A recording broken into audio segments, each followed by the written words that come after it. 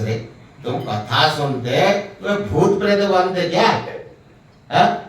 अगर राम कथा सुन लेते तुम लोगों की कब की कल्याण हो गया होता। सुंदर सुंदर वेश धारण करके तैयार हो जाते। कथा सुनते नहीं हो। अब उनके डांट से लोग पीछे हो गए। अब क्या करें? ऐसे ही पार्वती सती माता की पार्वती के रूप में आगे कथा शुरू हो गया। किंतु कथा की जब कथा सुनती पार्वती मैया तो एक बार क्या हुआ, उनको बड़ा झपकिया। तो शिव जी नाराज हो गए। बोले क्या बार बार झपकी लेती रहती हो कथा के बीच में है? जैसे कोल भील फिराते उनकी श्रद्धा नहीं होती है तो कथा में सो जाते हैं। तुम ऐसे हो जाओ, भील हो जाओ, भील नहीं बन जाओ। तो शिव जी बोल दिए तो वो से स्थान भ्रष्ट हो गई पार्वती माता और जाके एक भील के वह कन्या के रूप में प्रकट हुई। कहा? समुद्र के किनारे आभिर देश था पहले। आभिर देश के एक भील राजा था, उनके यहाँ कन्या के रूप में प्रकट हुई। वहां से वो तो भील था, समुद्र में जाता था मछली पकड़ने के लिए। एक बार देखा समुद्र के किनारे वो दिव्य कन्या पड़ी है छोटी सी। पार्वती माता ने छोटी सी रूप धारण करके वहां गई। तो उन्होंने उनको उठाया, देखा वो कितने सुंदर कन्या है, आओ आज ये मेरी बेटी है, बेटी करके ले लिया। और शिव जी ने तो श्राप देगा भील नहीं बन जाए, इसलिए भील के वहां आए। तो उन्होंने विचार किया मेरे ये बेटी है इतने सुंदर है, ईशा सुंदर तो लगता है कोई दूसरा नहीं, ये कितना सुंदर है ना, त्रिपुरा सुंदरी जितना। त्रिपुरा सुंदरी जानते? पार्वती माता का ही नाम त्रिपुरा सुंदरी है। तो बोले इसलिए इसका नाम त्रिपुरा ही रख देते हैं, दूसरे नाम भवानी रख देते हैं, क्योंकि पार्वती की तरह ये देखती है। अगर पार्वती इतनी बड़ी सी हो कि हमारी बेटी बड़ी हो तो पार्वती की तरह दिखेगी, पर उनको पता नहीं यही पार्वती है। अब वो बड़ी धीरे धीरे बड़ी हुई, इतने सुंदर हुई, उन्होंने सोचा इनके जोग्य वर कहां से आए, इनका जोग्य वर कौन होगा, ऐसे सोच रहे थे। इधर जब से पार्वती माता गई शिव जी का मन और उदास हो गए।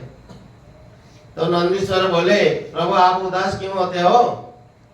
वो तो भिलने के वहां चली गई, आपने श्राप दिया, बोल दिया, तो आप चलो उनसे शादी करके ले आओ, फिर से कथा शुरू हो जाए। बोले अरे भाई हम यही से जाएंगे मांगेंगे तो वो दे देंगे क्या? बोले कुछ तो लीला करना पड़ेगा। तो नंदीश्वर बोले ठीक है, हमें आपकी मिलन की उपाय करेंगे। जिस प्रकार से पार्वती माता के साथ वो भीलनी के वेश में, तो आप भील बन के आना पड़ेगा, क्योंकि आप शिव जी के रूप में जाएंगे तो देंगे नहीं। बोले हम तो साधारण है, भीलनी के है, तो आप जैसे भगवान को कैसे देंगे, योग्य नहीं हमें। तो एक लाल रंग के विशाल मछली का रूप धारण करके नंदीश्वर समुद्र के अंदर चले और समुद्र के किनारे आभिर देश के वो राजा था, वो वही पानी को इतने उलझ दिया कि उसके नगर के अंदर पानी घुसने लगा। धीरे धीरे लोग पहले परेशान हो गए, सब लोग जब परेशान हुए राजा से जाके बताया। तो उन्होंने जाकर देखा सचमुच वैसे परिस्थिति हो गया है। तो उन्होंने ऐलान किया, बोले इसी मछली को जो पकड़ेगा उसको हमारे बेटी का शादी करवाएंगे। तो ये ऐलान सुन के और तो जितने सारे आए थे, कोई तो मछली के सामने जाने में नंदीश्वर किसके पकड़ में आ जाए, ऐसा कोई शक्तिशाली हो तो शिव जी ने इधर वेश बना के गए और बड़े से रस्सी, मोटा रस्सी और जाला लेके पहुंच गए। बोले हमें इसको पकड़ेंगे, ये तो इनकी लीला ही था। जैसे जाल पकड़ नंदीश्वर पकड़ में आ गए मछली के रूप। और भील राजा बड़े प्रसन्न हुए, इधर स्वयंवर की सवारी से ब्याह रचने लगे तो नंदीश्वर जी रफू चप्पर हो गए, गुरुसभा के रूप में आ गए नंदीश्वर। समुद्र वैसे ही शांत हो गए। तो ये भील और भीलनी का वेश वहीं से बन के आए थे कैलाश में, और वहां बैठ के चिंतन कर रहे थे राम जी के। तो उसी रूप में वहां से चल पड़े। पार्वती मैया को जब कहाँ चले, बोले हम जा रहे हैं अपने प्रभु के लाला के दर्शन करके आए। बोले हम भी तो चले। बोले कि चलो। अब देखो भीड़ और भीलनी के बेस में आए तो सीधे वहीं पहुंच गए सई नदी के मैदान के एक छोर पर। एक छोर में तो चारों भैया अपने सखाओं के साथ गेंद खेल रहे हैं, उछाल उछाल के खेल रहे हैं, कभी हाथों से कभी पैरों से, नाना प्रकार से खेल पैंतरा दिखा के खेलते हैं। भोले बाबा विचार का हम यहीं से खेल अपना शुरू करते हैं। तो भोले बाबा इतने बड़ा बांस करीबन 50 गज का नीचे गाड़ दिया और उसके छोर से चारों तरफ को मोटी मोटी रस्सी खींच करके उसको पूरा खड़ा किया और बीच में एक बांस बांधा आड़ी और नीचे भी उसको खंभा लगा के पूरा खींच के बांध दिया। ऐसे तैयार करके खेल की अब तो भील के रूप में गए तो उसी प्रकार से खेल दिखाए ना। सावर केला जो होते हैं, केला का खेल ऐसा बेस बने तो उसमें सब खेल दिखाए। तो अब इतने से डमरू लेके बजाया। भोले बाबा की डमर की आवाज सुन करके बच्चों के कान खड़े हो गए। बोले ये आवाज कहाँ से आया? हम खेल रहे थे, आवाज कर देखा तो सारे बच्चे एक साथ से खेल छोड़ करके भागे उधर। वहां पहुंच गए खेल के पास और राम जी और जब देखे भोले बाबा को नजर मिला तो परस्पर समझ गए कि हमारे प्रभु आए हैं लीला देखने के लिए। तो भोले बाबा बोले आप ही तो हमारे प्रभु, हमें आपकी प्रसन्न करते लीला दिखाते।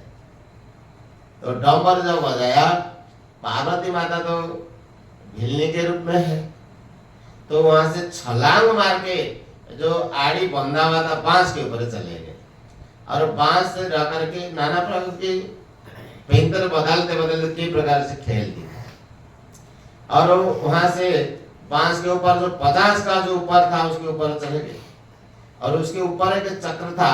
उसी चक्र में अपने को मछली का जैसे रूप बना करके पद्मासन बना करके नाभि में उसको रख के और ऊपर से चक्र की तरफ घूमने लगे। कभी देखा ऐसा खेल दिखाते? हमने देखा है बचपन में ऐसा खेल, हमारे गांव में आए। पार्वती मैया ऐसे चक्र सुदर्शन चक्र की तरह घूमती रही। चकाचौंध जाओगे बच्चे लोग देखते देखते और जब वो स्थिर हुआ वहीं से छलांग मारी नीचे भोले बाबा को पकड़ा और बोले प्रभु हम तो थक गए हैं, कुछ आप लीला करके दिखाओ। अब पार्वती माता अलगुजा एक बाजा होता है यंत्र, उसको अलगुजा बोलते हैं। ऐसे होता है नीचे से एक तुम्बा जैसा होता है, बीच में तार होता है और इधर से बांस छेद बंधा हुआ होता है, वो ऐसे दबता रहता है और उंगली से तार से बजाते हैं, उसको अलगुजा बोलते हैं। तंबरा की तरह दिखता, तंबरा की तरह होता है। तो पार्वती माता को वो प्रिय बड़े वाद्य यंत्र बड़े प्रिय हैं अलगुजा। तो वो बजाई पार्वती माता ने और शिव जी ने तांडव नृत्य किया और ऐसे तांडव नृत्य किया कि स्थल पर आकाश में वायु में नाना प्रकार के तांडव दिखाए। शिव जी का तो आप जानते हो नटराज है, कैसे नृत्य करते हैं। ये श्रीनाथ रामायण में वर्णन बहुत विस्तार से आती है, श्रीनाथ रामायण की बात। तो जब ठाकुर जी ने ऐसे नृत्य देखा बड़े प्रसन्न हुए भाइयों के साथ। उसी समय आकाश मार्ग में नारद बाबा आगे पहुंच गए। ऐसे चारों भाइयों को सखाओं के साथ भोले बाबा का नृत्य देख करके नारद जी इतने प्रसन्न हुए, वही तो स्तब्ध होकर के खड़े हो गए, कई समय देखे। फिर सोचा इसी रंग में और थोड़ा नया रंग लाया जाए। ऐसे विचार करके नारद बाबा आकाश मार्ग से ही सीधे लंका की ओर रवाना हो गए। और उसी समय रावण बैठा था, वो भी नृत्य गान चलता रहता, देखता ही रहता अफसरों के बीच में बैठ करके। नारद बाबा पहुंच के उनको स्वागत किया और हालचाल पूछा। तो नारद बाबा बोले अरे मैं तेरे को पहले वाणी की देके गया था तो सावधान हुआ नहीं शायद, मतलब बोले तू भेजा था कि हमको भेजा है ना? बोले हाँ, तो कहीं गए हैं। बोले वापस आया क्या? बोले कोई नहीं आया। क्यों नहीं आया जानते हो? यदि गत्वा निवर्तन्ते तथाव। अब ये अयोध्या परम धाम में चले जाते तो वापस नहीं आते हैं। आज ऐसे है, वो अयोध्या छोड़ के आपकी ओर बढ़ने लगा है। लग रहा है क्या वो धीरे धीरे तेरे पर विजय करके जाएगा। दशरथ के लाल सो तुम्हारा काल। नाथ बाबा ऐसे वाणी देव फिर से चले गए। अब वो बड़ा नाच को तो देख रहा था, अवसर ही होगा, तो बड़ा चिंता में पड़ गया। सोचा क्या करूं, किसको भेजूं अब की बार। चिंता करते करते वहां से एक छलांग मार के सुबलया पर्वत पर गया। लंका में 3 शिखर है, जिसमें एक लंका बैठा हुआ था, दूसरा सुबलया है, तीसरा मैदान था जिसमें फाइटिंग हुआ, राम रावण का युद्ध हुआ वानर सेना के। और ऐसे सुबलया के ऊपर गया और ऐसे मणिमान योग शक्ति से चिंतन किया। किसको? रावण का एक सखा था, उसका नाम था सर्पकेश। सर्पकेश एक राक्षस है, वो नागलोक में रहता है। पाताल में एक नागलोक है, नागलोक में एक पुरी है क्रोधवसा। अब क्रोधवसापुरी में सारी नाग ही नाग रहते, भोगी बोलते हैं, भोगी लोग। और उन्हीं नागों में, राक्षसों में एक ऐसा है जिसका नाम है सर्पकेश। उनका जितने सारी रोए हैं वो एक एक सांप है। उनके मस्तक में जो केस है वो भी एक एक सांप है। और एक एक सांप के किसका 2, किसका 4, किसका 5, किसका 7, किसका 10 ऐसे ऐसे मस्तक है। माने एक एक सांप, एक एक केस है, एक एक सांप। किसका 5, 7, 10 ऐसे मस्तक, किसका 100 मुख भी है। अब देखते जो केस होता है ना, केस के अग्रभाग के फटा हुआ केस होता है, 2 मुख होता है। क्यों का केस ऐसे होता है?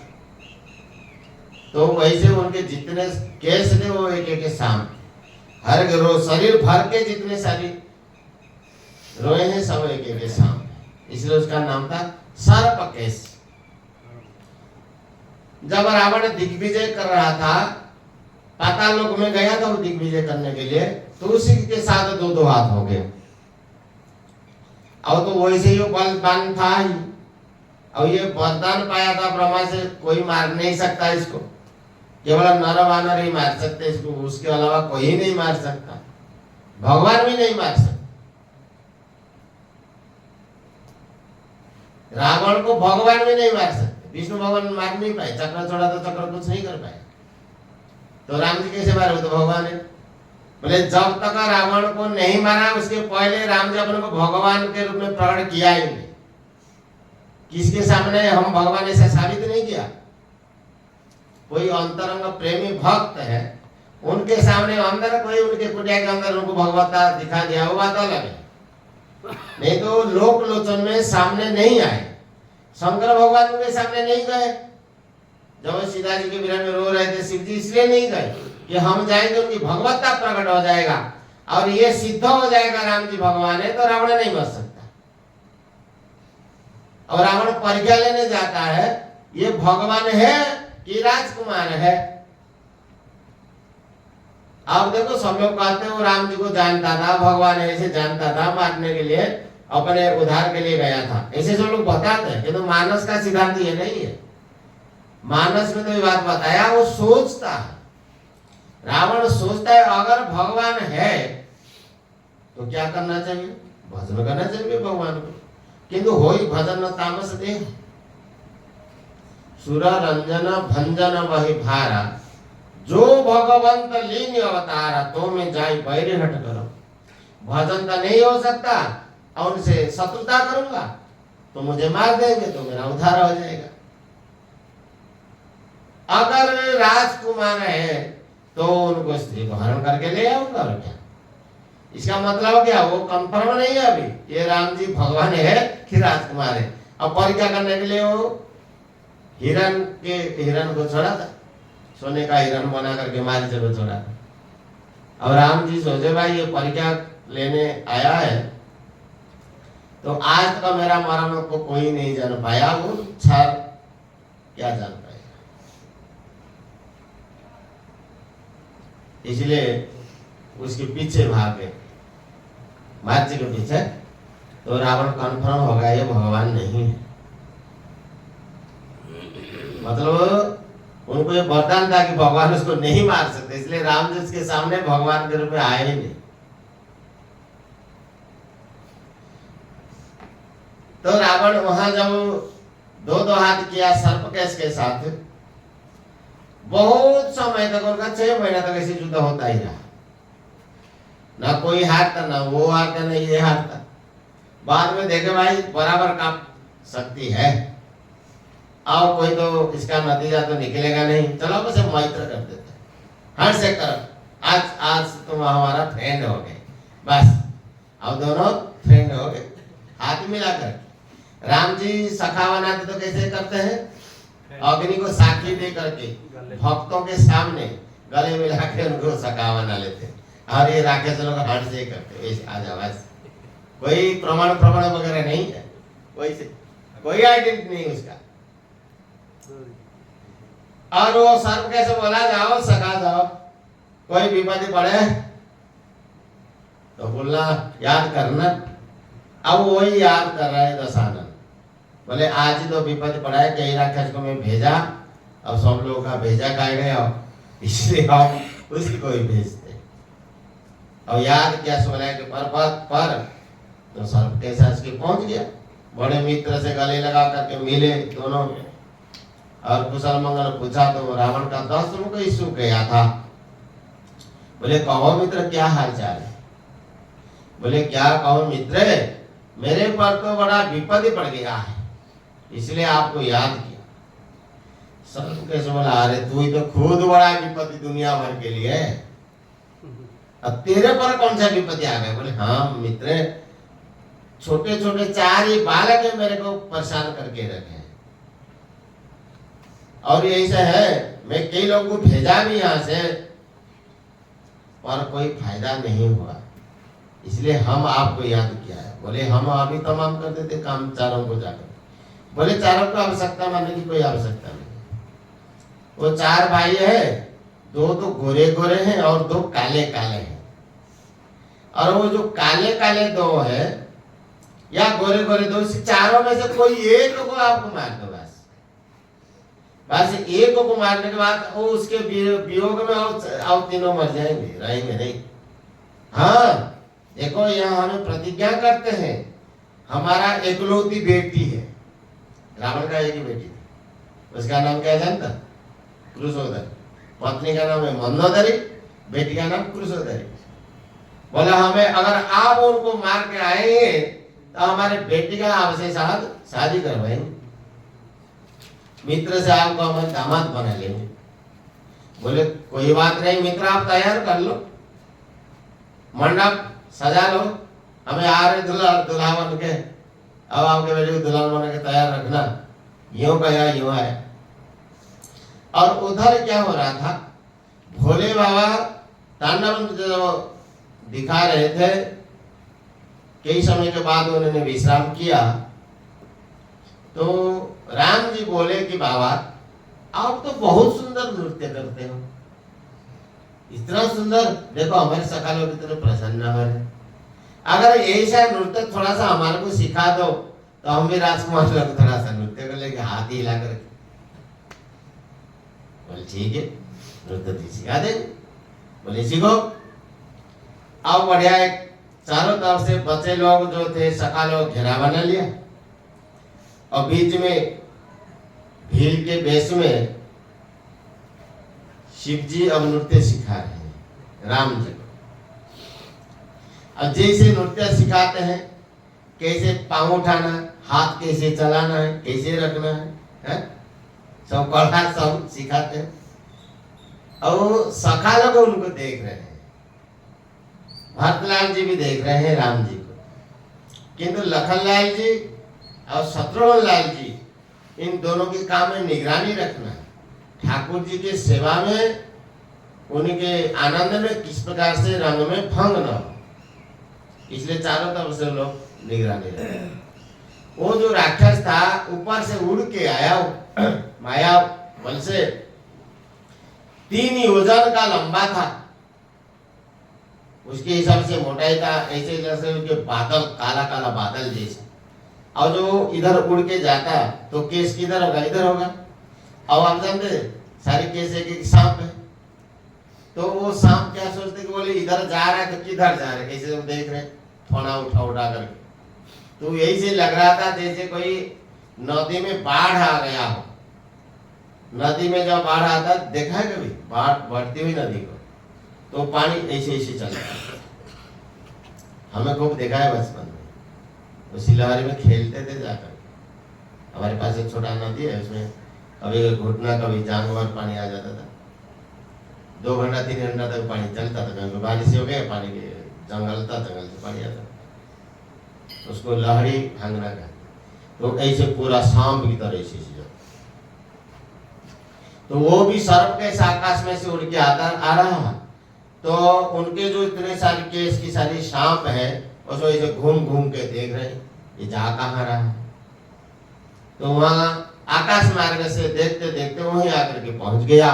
सही नदी के किनारे विशाल मैदान है, बच्चे लोग बैठे हैं और नृत्य सीख रहे हैं। राम जी पूरा तो फेंट कस लिया है और पूरा उस तरह से सीख रहे थे। धीरे धीरे अब पार्वती माता मृदंग थपी दे रही थी, थपकी से सीख रहे थे। वो जो आकाश मार्ग से आया, सोचा अरे यार तो शिव जी है, अगर मैं यहाँ जाऊंगा, अरे यहाँ ये भाव मेरा जानेगा तो शिव जी मेरा ही स्वाहा कर देंगे पहले से, मैं इनको मानूंगा कैसे। इसलिए यहाँ वेट करें, थोड़ी देर के बाद वो जाओ चले जाएंगे तो मेरा काम करूंगा। यही से विचार करके वो आकाश में ही रहा। विशाल का शरीर था, काला काला सा, राक्षस लोग तो काले ही होते हैं, तो काले नाग का ही उसका शरीर का केस ही थे। जब वो आकाश में आया तो उसी समय वहां छिया हो गया पूरा। बच्चे लोग सोचे था थोड़ा धूप लग रहा था, वो छिया हो गया, बढ़िया हो गया, अब नृत्य बढ़िया से देखेंगे। किंतु लखनलाल जी का तुरंत ऊपर गए, छिया कैसे आ गया, बादल आ गया क्या। जब देखा काला काला तो विशाल खंड था, बादल खंड की तरह देखा, बोले ये बादल नहीं है, बोले ये कोई राक्षस है। उनके आंखों से देखा, राक्षस की आंख लाल होते हैं हर समय, क्रोध में भरे हुए होते हैं। इशारा किया शत्रुघ्न लाल जी को, तो उन्होंने दोनों ने विचार किया और गेंद उठाया हीरे का, वज्र का, बोले एक साथ निशाना लगाए, उनके आंख को, दोनों आंखों को लगाए। ऐसे विचार करके दोनों ने फेंका, पर वो उनके आंख में न लगा करके घुटने में लगा, पर लगा ही तेज। वज्र का जब तेज लगा, उसका घुटने यहाँ एक क्याप होता है, वो क्याप अगर टूट जाएगा तो हम खड़े नहीं हो सकते। जैसे हमारे पैर का नीचे एड़ी होता है ना, नस, वो अगर नस कट जाएगा तो हम खड़े नहीं हो सकते, चल नहीं सकते। हमारे शरीर का वही तो बैलेंस करता है। तो वो लाके उनके घुटने में लगा, वो क्या टूट गया, वहां खड़ा नहीं हो पाया, वो विचलित हो गया और वो माया का प्रभाव उसका कम हुआ तो नीचे आके धड़ाम से गिरा। जैसे धड़ाम से गिरा और शंकर भगवान तो वहां 10 कदम पीछे हट गए, रामलला में पीछे 10 कदम हटे, तो बीच में गिरा। उसी समय उन्होंने सोचा लगता है कि यहाँ तो हमारे को अब प्राण ही जाएगा, पर मरूंगा, पर उससे पहले मार के ही मरूंगा। यही से विचार करके उन्होंने माया का विस्तार करके मस्तक में जो सारी सांप का थे उनको पूरा सतेज करके खड़ा हुआ। ऐसा भयंकर रूप धारण किया और राम जी थोड़ी से खड़े रहेंगे, फेंट तो बांधा ही था, नृत्य तो सीख ही रहे थे। धड़ाम से कूदे और उनके सांप के जो मस्तक पर चढ़े, 100 मस्तक वाले उनके ऊपर तांडव नृत्य किया। अब ऐसा तांडव नृत्य किया, कालिया दलन जैसे किया था ना कन्हैया ने, वही से पांव से मार मार के उसको एकदम से बेदम कर दिया। उन्हें जहर छोड़ा, काले काले जहर, और उसी धुआं के ऊपर राम जी ने नृत्य किया। भोलेनाथ जो सिखा रहे थे वो और 4 कदम पीछे चले गए और वैसे हाथ जोड़ के प्रणाम करके स्तुति करने शुरू कर दिया कि प्रभु हमें आपका गुरु बनने चले थे, लगता है अब आपको गुरु करना पड़ेगा ये नृत्य आपसे सीखने के लिए। कई समय तक ऐसे ठाकुर जी ने नृत्य किया और उसको ऐसे पैर से मारा कि उसके सारे अंग अंग ढीला हो गए। भरतलाल जी उसकी छाती पर चढ़ गए, लखनलाल जी और शत्रुलाल जी के पैर पर चढ़े। सखा लगे बोले हम क्यों बैठे, हमारे ठाकुर जी के और हमारे सखा के ऊपर आया विपत्ति, हम चढ़ेंगे। लट उठा लिया सब। अब ऐसे किया, वो देखा तो हमारा ये जहर तो काम नहीं किया। कई माया के भी दिखाया, कोई माया का प्रभाव नहीं हुआ। तो सोचा भी मरना ही है, प्राण बचाने की एक ही उपाय। वहीं से सीधे सीधे शंकर भगवान के चरण में माथा धर दिया। जैसे माथा धरा ठाकुर जी तुरंत नीचे कूद गए। बोले तो भोले बाबा के शरण में हो गया है, अब ये हमारा बध्या नहीं है। वैसे उतर गए। भोले बाबा श्री रघुनंदन के मुख कमल को देखते ही रहे। और राम जी धीरे धीरे ठाकुर जी के भोले बाबा के पास गए। बोले बाबा मेरे को लग रहा है हमारी माता जी याद कर रही है, क्योंकि हमारी भूख लगा रहा है अब। क्योंकि माता जब याद करते हैं ना हमारे को भूख लगता है, हम चलते हैं। इशारा किया भाइयों को, सखाओं को, सब रथ में सवार हो गए और रथ से वहीं चले। जब तक रथ की ध्वजा दिखता रहा तब तक भोले बाबा उसकी ओर देखते रहे। पर ये बेचारा लथपथ हो गया था, चरण की ठोकर से नीचे गिरा था भोले बाबा के चरण में। पार्वती माता को बड़ी दया है, भोली भाली है माता है, तो उनके पास में बैठ करके उनको हाथों से सवाल लगे कि बेटा तू क्यों आया रे बीच में, तेरे क्या काम था यहाँ बेटा, तेरे को आना नहीं चाहिए। ऐसे उसको हाथ से ऐसे ऐसे सहलाई तो अब उनका जो केस का जड़ ढीला हो गया था वो सारे अलग हो गए, एकदम से टकला सा हो गया। शरीर का सारे जो है उखड़ गए, जितने सांप थे सब अलग हो गए, एक ढेर हो गए। रघुनाथ जी इधर गए, रथ की ध्वजा तक दिखते रहे तो भोले बाबा से पार्वती माता ने प्रार्थना किया, प्रभु तो गए और इसकी तो देखो, पूछो इसको कौन है, क्यों आया था, इस पर तो कृपा करो, आपके चरण की शरण हो गया। तो भोले बाबा बोले अरे कौन है तू, यहाँ कैसे आया? तो उन्हें प्रभु भूल हो गया, हमारी मेरे बहुत सारी पत्नियां हैं, बेटा बेटी भी बहुत है, किंतु आपके चेला के वचन में हम फिर से शादी करने के चक्कर में आ गए, इसलिए यहाँ आ गए थे, हमारे को दशहरा ने भेजा था। बोले अब क्या इच्छा तेरा है, शादी का इच्छा हो रहा है क्या, भेजो है जीवन। बोले नहीं प्रभु, हम तो आपकी चरण की आश्रित होकर के आपकी सेवा करना चाहते हैं। बोले ठीक है जाओ कैलाश में निकल जाओ और हमारे सेवकों के रजिस्टर में नाम एडमिशन कर लेना।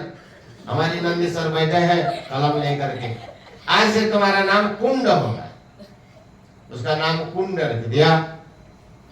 कुंड विकुंड ऐसे शिव जी के गण है, वही एक बन। अब वो तो वही से चला गया सीधे, आदेश देते ही शर्म लग रहा था उसको। बोले वह वहां निकल जाते हैं। पार्वती मैया बोली कि प्रभु उसको तो कृपा कर दिया, उसके आश्रित ये लोग तो थे, इनके पर तो कृपा दृष्टि करो। ओहो, इन सांपों के मस्तक पर मेरे प्रभु ने नृत्य किया है, चरण चिन्ह उन पर हो गया है, तो उन्हीं को श्री रघुनाथ के चरण चिन्ह जितने सारे शब्द उनको खींचा और लाकर मस्तक पर बांध लिया। सर्प से सज गए, सर्पभूषण हो गए। भरतलाल जी छाती पे चढ़े थे, इसलिए छाती के जो सांप थे उनको ठाकुर ने शिव जी ने बटोर लिया और रस्सी बनाया, 9 तंतु का रस्सी बना करके जनेऊ बनाया उपवीत भुजंगा, सांपों का भुजंग वो यज्ञोपवीत बनाया। और लखनलाल जी के, शत्रुलाल जी के चरण चिन्ह को उनको हाथों में, बाजू में, पाँव में सब बांध लिया। तब से भोलेनाथ सर्प भूषण हुए। बोले सर्प भूषण भोले बाबा की। इस प्रकार से ठाकुर जी बड़े मधुर लीला करते थे। ये उदाम लीला है रघुनाथ जी की। अब वहां से अयोध्या आ जाते हैं, वहां से भी नाना प्रकार की लीला करते रहते हैं। आप जानते हैं राम जी का एक सखा था निषाद राज गुहा। निषाद राज गुहा कौन है? भागवत में कथा आती है, जो पृथु जी के पिताजी थे, कौन? बेन। बेन जी, बेन राजा के शरीर को मंथन किया गया तो उसकी पाप भी पहले निकला और ब्राह्मणों से कहा कि क्या करूं, आदेश करे। बोले बैठ जा। तो बैठ गया। निश्चित बोले ना, निश्चित बैठ। तो बैठ गया, हाथ जोड़ा तो उन्होंने कहा आज से तो वन की राजा है, वन राजा, तो जंगल जाके रहा तो निषाद कहलाएगा। वो निषाद जाति है, उनसे वंश चला। जब दशरथ महाराज युवराज थे, दशरथ महाराज की छोटी उम्र में उनके पिताजी माताजी चले गए, महाराज अजय, और उनकी माता का नाम था क्या? इंदुमती। दशरथ माता जी का नाम इंदुमती। छोटी उम्र में उनकी देहांत हो गया था। दशरथ महाराज छोटे ही थे तो उनके मंत्री जो सुमंत्र जी वो सारी का राजकाज संभालते थे, वो युवराज बना दिया था दशरथ महाराज को। तो उसी समय उन्होंने शिकार खेलने गए एक बार जंगल में। आप लोग ये कथा जानते हैं, श्रवण कुमार की हत्या हो गया शब्द विधिवान से। अब वो अंध राजा मुनि उनको तो श्राप दे ही डाला कि मैं जैसे मेरे पुत्र के वियोग में मर रहा हूं, आप अपने पुत्र के वियोग में मरेंगे। तो इसी श्राप से दशरथ जी इतना दुख नहीं हुआ। बोले कोई बात नहीं, अभी तो मेरा कोई बेटा ही नहीं है, मतलब मेरा बेटा होगा, इसी श्राप से निश्चित हो गया मेरा बेटा होगा।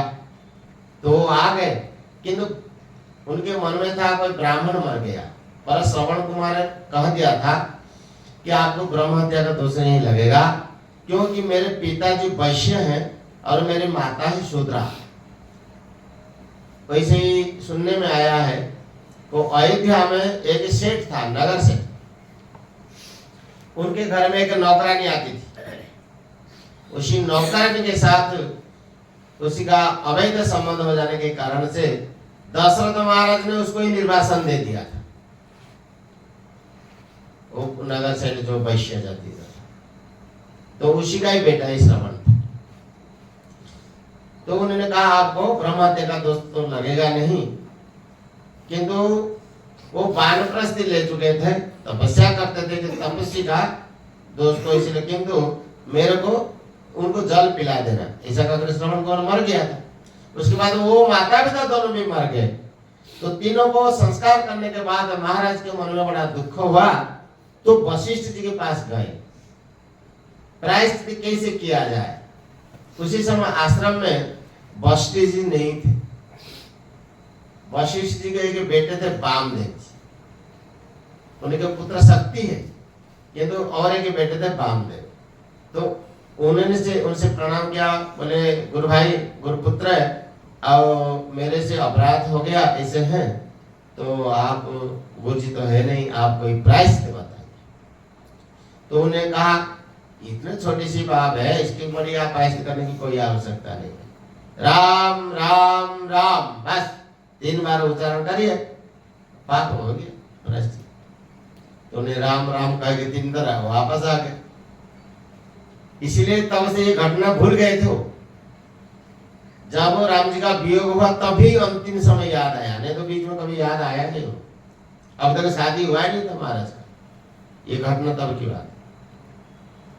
जब वो वशिष्ठ जी बाद में आए आश्रम में, तो वामदेव जी ने कहा पिताजी ऐसे हो, आज महाराज आए थे, ऐसे कोई अपराध हो गया था, हमने प्रायश्चित करा दिया। बोले कैसे कराया? बोले 3 बार राम नाम कह करके। बोले अरे 3 बार राम नाम उच्चारण कराया इतने छोटी सी पाँव के लिए, तो राम नाम का महिमा जाना नहीं। नामाभास काम कर, नाम की आभास मात्र से हो सकता था प्रायश्चित, इसलिए जाओ तो निषाद कुल में जन्म होगे। वही वामदेव ही निषाद के रूप में, गुह के रूप में। तो उन्हें फिर प्रार्थना किया, तो बोले चिंता मत करो, ठाकुर जी के तुम सखा बनोगे, उनके मनोरंजन करोगे। तो वही निषाद के रूप में जन्म हुआ। और जब निषाद के रूप में जन्म हुआ, और जो पहले जो निषाद का राजा था वो महाराज के अधीनस्थ राजा था, वो जंगल के क्षेत्र का उसको अधिकार दिया गया था। तो वो भी बीच बीच में आता था। राम जी के जब जन्म हुए, प्रकट हुए राम जी, जन्म उत्सव में वो भी आया था निषाद। और वो निषाद राज का बेटा के रूप में जब प्रकट हो, उसका बेटा भी जन्म हुआ, वामदेव जी हुए। वो छोटे छोटे थोड़ा सा बड़े हुए, तो राम जी की रूप और गुण उसको बेटा को बताता था।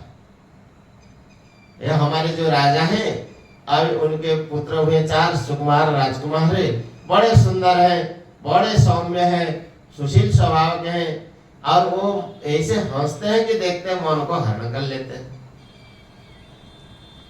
तो उसके मन में ये भाव जागा, तो फिर वो तो मेरे मित्र होने ही और क्या है। अब देखो ऐसे भावना जगाना ही तो भाव भक्ति का उद्रेक है। तो उन्होंने कहा कि तो फिर पिताजी अब मेरे को भी साथ ले लीजिए, तो मेरे उम्र के मेरे से थोड़ा बड़े हैं, तो कोई बात नहीं, हमें उनसे मित्रता कर ही लेंगे। पर उसको जाने नहीं देता था। अब जो 7-8 साल की उम्र के हो गए, तो उन्होंने सोचा आप तो हमारे को जाने नहीं देते, हम ही जाएंगे हमारे मित्र से मिलने के लिए। हम तो मान लिया मित्र, वो मानेंगे नहीं मानेंगे वो तो उनके ऊपर, हमें उसके ऊपर जोर नहीं देना है। हमारा काम है उनको मानना है, तो हमें मान लिया। हमारा मालिक है कि तुम हमारा मित्र है, तो मित्र को उपहार क्या दे। तो उन जंगल से बढ़िया बढ़िया मीठे मीठे फल खुद चुन के लाया, एक प्रकार के पुष्प भी संग्रह किया, और 4 जोड़ी जूता अपने हाथों से बनाया ठाकुर जी को उपहार देने के लिए। पोटली बांधा और चला। अयोध्या में पहुंच गया। पहले सोचा कि तो पहले स्नान करके जाऊं, सरजू के किनारे पहुंच गया। सरजू के तट पर सामान रखा, और उधर जैसे अंदर गया स्नान करने के लिए, उस समय भगवान तो भक्तवत्सल हैं, 4 भाइयों और सखा को लेकर के सरजू किनारे पहुंच गए खेलते खेलते।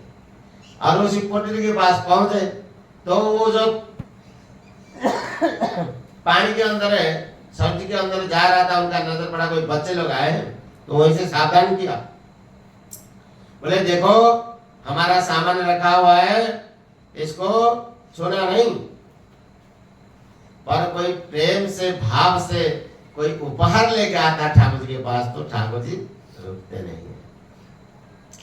लखनलाल जी को इशारा किया है, तो पानी में कमर तक चला गया था, वैसे इशारा कर रहा है, मना कर रहा है, किंतु माने नहीं। उन्हें उठाया, तो उन्हें तुरंत डुबकी लगा के बाहर आया, और बोला आपको मालूम है ये मेरे मित्र के लिए आए हैं, हमारे मित्र के लिए उपहार में लाए हैं। कौन हो तुम लोग, हमारे चीज को क्यों स्पर्श किया, लाओ। बोले कौन है तुम्हारा मित्र, राम जी पूछे। बोले अरे अयोध्या के राजकुमार है, जानते हो। अब तो पहले तो देखा ही नहीं था, कैसे पहचाने। किंतु राम जी के जो वाणी था और उनके जो रूप था, उसको देख करके निषाद सोचता है कहीं यही मेरे मित्र तो नहीं। आकर्षण होता है अंदर से, कहते ऊपर से मना कर रहा है, मेरे मित्र के लिए लाए हैं, ऐसे आप लोग स्पर्श नहीं कर सकते। फिर बाद में सखाओं ने परिचय दिया, बड़े गले लगा करके मिले। आज ये उनका पहला मिलन हुआ निषाद राज का, सरजू की लाए, और वहीं से ले गए राज दरबार में लिया। महाराज में बड़े प्रसन्न हुए, और निषाद में कई दिन तक वहीं रहे। और जंगल का जो आखेट खेल कैसे होता है वो सब पता था। उस समय राम जी भी तलवारी सीखना, भाला चलाना, ये गदा चलाना, सब अस्त्र शस्त्र भी सीख रहे थे अखेड़ा में। चारों भाई सखाओं के साथ ये भी सीखा था उन्होंने। 2-3 महीने जब बीत गए तो उन्होंने महाराज से आज्ञा लिया। महाराज ने राम जी ने ही कहा, पिताजी आप आज्ञा दीजिए, अब थोड़ा जंगल में आखेट करके आते हैं। वैसे तो महाराज का इच्छा तो था नहीं राम जी को छोड़ने के लिए, पर निषाद राज गुहक बोले चिंता का मत करो महाराज, हम साथ हैं, हमारे सखा का कोई बाल भी भांगा नहीं कर सकता जंगल में, आप हम छोड़ दीजिए, हमें उनको शेर करा के लाएंगे जंगल में। बोले ठीक है। अब यहाँ से राम जी का पहला आखेट खेल शुरू होता है। पहले सरोज किनारे गए, 3 कोस तक उस दिन गए, रथ में गए, घोड़ा भी गए हैं, हाथी भी गए हैं, सेना भी गए हैं, सब तैयार करके गए। अब वहां सोच के पहुंचे, इधर पीछे से माता कौशल्या जी और रथ के माध्यम से भोजन पानी पहुंचा दिया। सरोज किनारे उसी दिन वहां वहीं रुके। 2 दिन तक इधर से भोजन पानी जाता था, फिर दूर चले गए, वहां से दूध के द्वारा मना करवा दिया। बोले अब वन में ही भोज बनाएंगे, वन भोजी। तो उधर वन में ही शिकार और वन में ही भोज सामान जी ले गए सर, वहीं घूम घूम के बहुत दूर तक गए हैं। एक दिन की बात है, एक 2 शेर भी शिकार किया था राम जी ने। एक दिन की बात बोले कि देखो आज सामने जो कोई शिकार आएगा उसको हमने शिकार करेंगे। तो राम जी ये प्रण कर लिया, बोले अगर कोई दूसरा उसी शिकार के ऊपर वार करेगा तो वो मेरा बाण का वार होगा, इसलिए आप लोग सावधान हो जाइए। इसलिए सखा लोग और भरतलाल जी, लखनलाल जी दूसरे रास्ते में आखेट में चले गए, किंतु राम जी के साथ साथ निषाद राज हर समय रहते हैं, अंग रक्षक की तरह, दूर कभी जाते नहीं। तो उसी समय देखे एक बब्बर शेर सामने आया, उसको देखे उसके पीछे पड़ गए, एक जंगल से दूसरे जंगल में वो ले गया। अब वो कहां गया चुका उसका पता नहीं चला। इस चीज अवसर पर दूसरा एक बब्बर शेर झपटा मारा। जब तक राम जी तीर को सजाते तब तो वो पास में झपटा मारने वाला ही था कि पास में थे निषाद राज जी, तुरंत खड़ग लगाया, एक खड़ में उसका तो धड़ से अलग करते उसका मस्तक। और जो सेवक लोग थे, सेना थे, वो लोग आश्चर्य हो गए। वो इतने फुर्तीला भी था, वो उसको तो मार दिया, इसी बात की खुशी था उसको, क्योंकि मेरे सखा के ऊपर कोई खर्च तक नहीं आने दिया। तो थोड़ी देर हो जाता तो झपटा मार लेता। किंतु सेनानियों के मन में आया अब क्या होगा इसका। राम तो प्रतिज्ञा के है, मेरे शिकार का जो आज पार करे उसका मेरा बाण का वो शिकार होगा। अब राम जी ने बाण को उतार के रख दिया।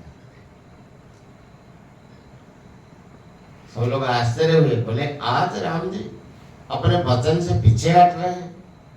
बोले देखो हम पिताजी की आज्ञा लेके यहाँ आए हैं, इसलिए यहाँ कुछ भी घटना होगा उसका विचार तो हमारे पिताजी करेंगे, इसलिए आज का विचार पिताजी के ऊपर रहा। अब चलते आगे फिर कस्तूरी मुर्गा का कहीं शिकार किया है। कस्तूर के जो पक जाता है उसको मारना अनिवार्य हो जाता है, और कई हिरण को छोड़ भी दिया है। ऐसे करके 1 सप्ताह बीत गया। अब वसंत ऋतु का चल रहा था उस समय, वर्तमान का वसंत ऋतु का समय। इसी वसंत ऋतु का समय था।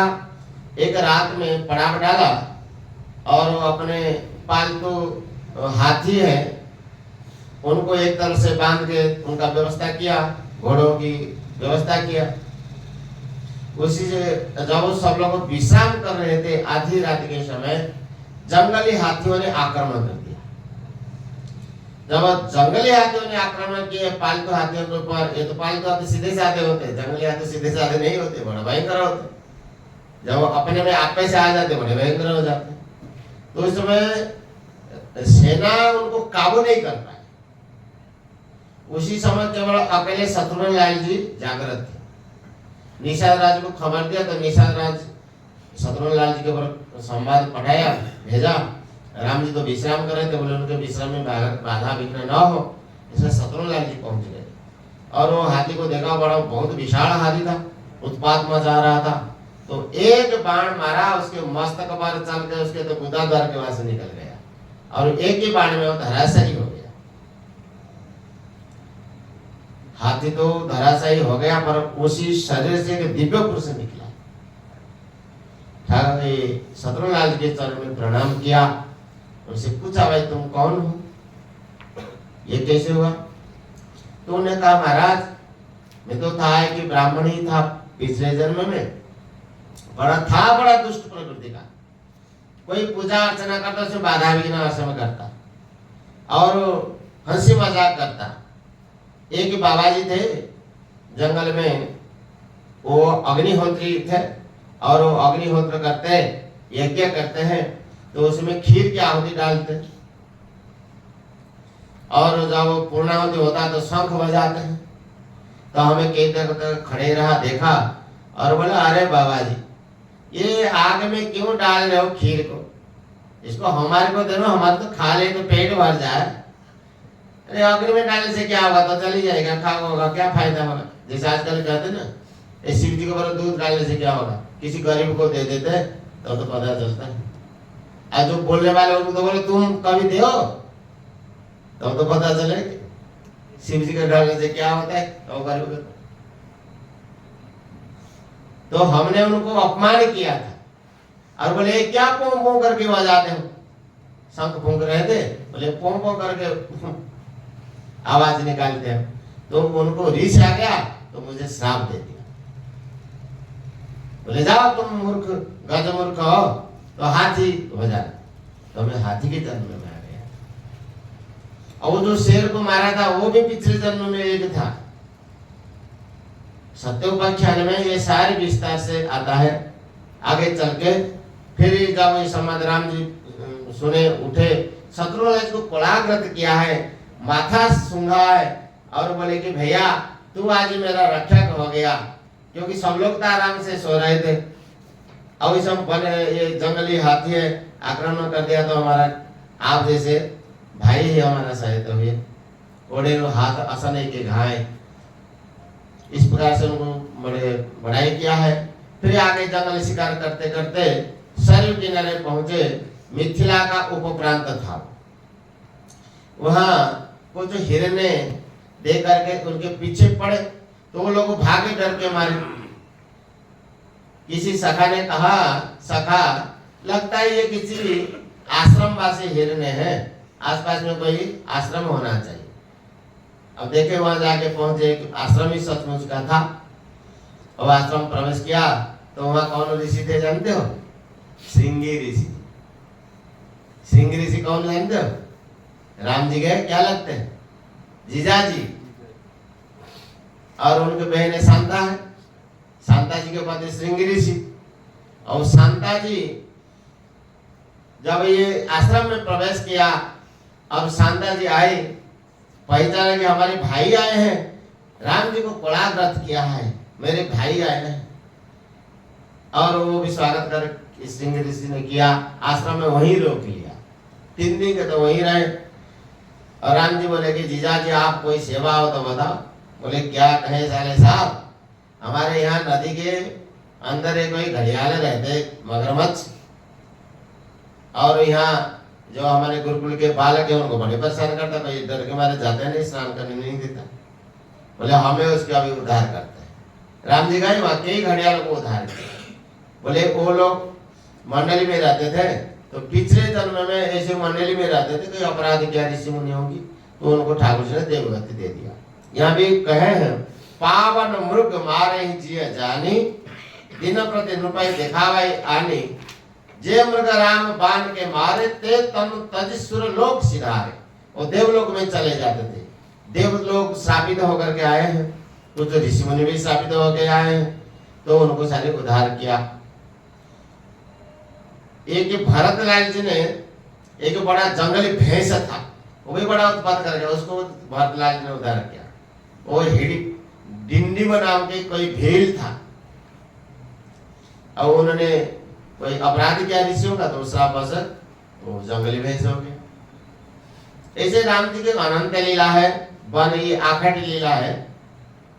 फिर जब वहां से वापस आए अयोध्या में, अब ये घटना सुनाया कौन सा पहली बार घटना जो निषाद राज ने बचाव किया था राम जी का। ऐसे जब दशरथ महाराज ने सुना सारी बातों को, दशरथ महाराज इतने प्रसन्न हुए तो उनके माथे में साड़ी बांध लिया और वो अपने हाथ का कंगन उठा करके सोने का कंगन उनको पहना दिया। बोले आज के बाद जंगल का राजा तू ही हो, हमारे राम जी का परम मित्र है, सुहृद है। तो निषाद राज भी बीच बीच में आया करते थे, अयोध्या जी मिल के भी आ जाते थे, कभी मन में आया उपहार लेके जाते थे। मैथिली शरण गुप्त जो रामायण लिखे हैं तो उसमें राम जी के ब्याह प्रसंग में निषाद राज की भी वर्णन किया है। निषाद राज जी वहां गए हैं मिथिला में, जब राम जी वन में जाते हैं निषाद राज से भेंट करते हैं। निषाद राज बड़े हंसी मजाक बोले कि सका आज तक मेरे मिथिला की लड्डू याद आ रहे हैं। ऐसे उनके साथ भी हंसी करके राम जी के मनोरंजन करते थे। राम जी के बाल लीला की कोई पारावार नहीं है। बाल चरित हरे बहु विधि कीना, बहुत प्रकार से किया। बाल चरित सरल सुहाय सारद शेष शंभु श्रुति। सरस्वती जी शेष भगवान तो हजार मुख से गाते रहते हैं, शंकर भगवान तो आते भी रहते गाते भी रहते, लीला में शामिल हो जाते हैं और उसको गाते भी रहते हैं। और वेद में तो वर्णन है ही, कौन कहां तक पार पा सकता है। अनंत लीला ठाकुर जी के हैं। इस प्रकार से बाल लीला तो और भी है, और करते रहता हम कहाँ का यही को विश्राम देते हैं। ठीक है, अब देखते हमारा तो विचार काल का जाने का बना है। अब आगे का भी ठाकुर जी बनाएंगे यहाँ वृंदावन का, फिर इसे बैठ के चर्चा करेंगे। ठीक है, बोला श्री राम जय राम जय जय राम, श्री राम जय राम जय जय राम, श्री राम जय राम जय जय राम, श्री राम जय राम जय जय राम, श्री राम जय राम जय जय राम, श्री राम जय राम जय जय राम, श्री राम जय राम जय जय राम, श्री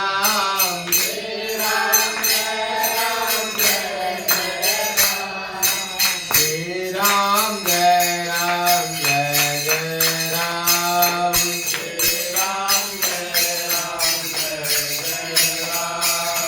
श्री राम जय राम जय जय राम, श्री राम जय राम जय जय राम,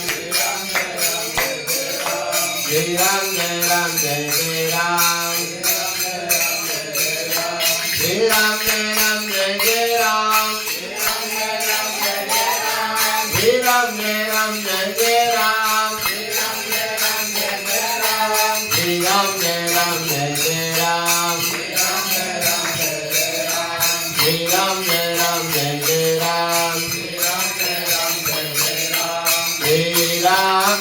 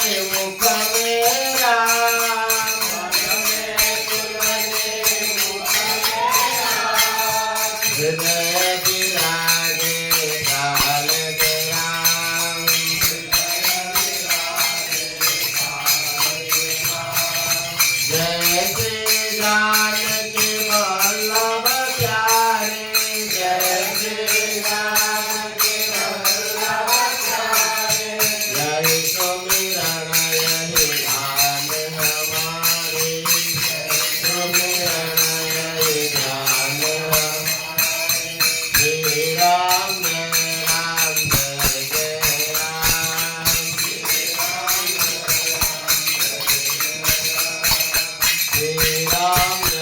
राम जय जय राम,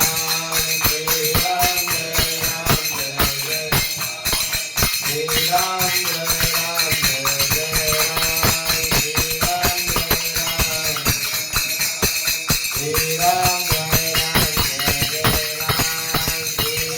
जय राम जय जय, रामचंद्र की, अयोध्या राम जी लला की, श्री वृंदावन कृष्ण बलदेव जी की, श्री अभय लक्ष्मी नरसिंह भगवान की, गंगा तुलसी सालिग्राम जी महाराज की, गीता गंगा गौ माता की, श्री जगन्नाथ महाप्रभु की, श्री पद्मावन देव की, राम रसिया श्री हनुमंत लाल की, गोस्वामी श्री तुलसीदास जी महाराज की, अनंत कोटि सब संत वैष्णव हरिभक्त वृंद की, श्री हरिनाम संकीर्तन की, श्री सीताराम महाराज की, आज के आनंद की, जय जय श्री